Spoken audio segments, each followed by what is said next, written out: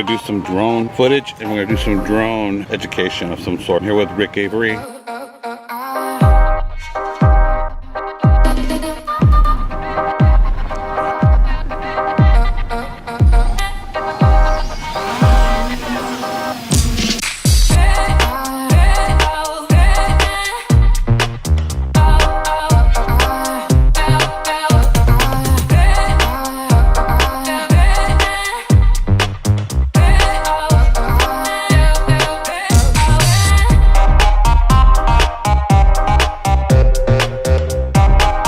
How you doing today? Albert here again to talk about drones today. Talking for the BGSC today and how to use them a little bit.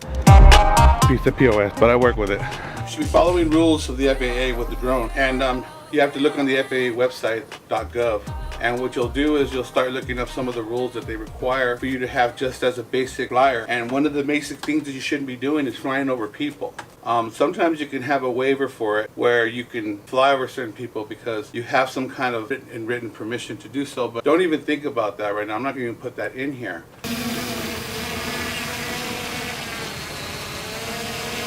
And the reason why you shouldn't be flying over people is because we have these batteries here. Anytime you have some kind of vehicle in the air that's depending on the source power, whether it be gasoline or whether it be a power like this, you don't want to take a chance over, especially on a low altitude. But even when you're flying really high, you still have the responsibility to make sure that there's just basic rules that you're supposed to be following.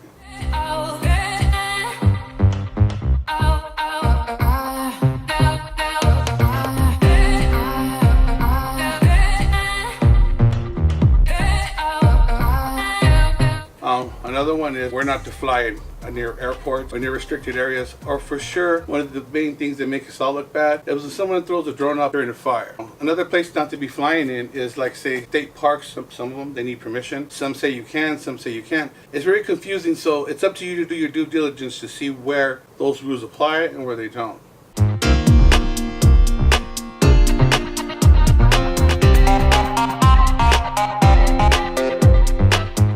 I'm going to go over some of the hardware to make this a little bit more fun, so we can get excited about droning itself. This right here is a DJI Mavic Pro.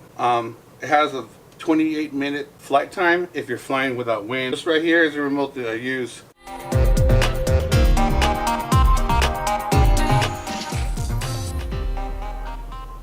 This is the good beginner one, and they actually have a smaller one called a DJI Spark. I mean, I can't stress enough how much I love this product. I mean, I'm not paid by any way, not paid by anybody to say this, but I really love their product. Just as up as people like their Apple. I'm kind of married to this DJI thing that we're going on.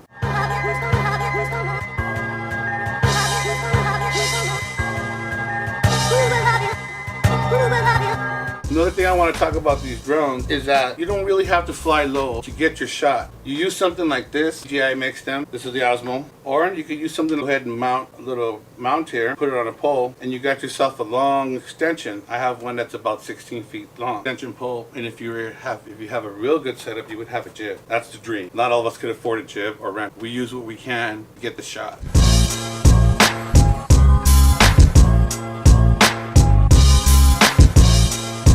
Today we're going to show you some footage from FAIRMOUNT Park in Riverside, California. Me and Rick Avery went down there to do a little droning and to see what it would be like during the sunset with the clouds. So check it out, see what you think. And please, if you want to start droning and you want to get a device like this or any other type, please just leave us a message and tell us what we think about what you're going to get.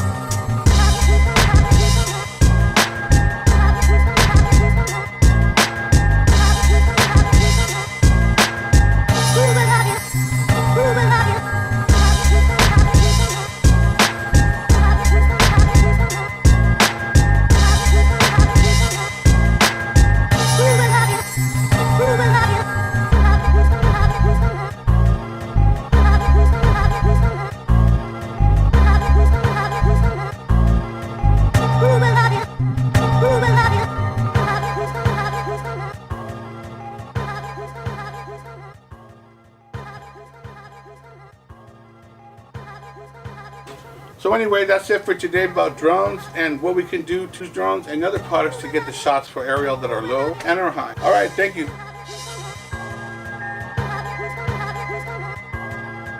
Now I really feel like a nerd doing this over and over again. I don't know if I could do this every day, but I'm going to try. I used to do it once a week or twice a week. Who knows? Thank you.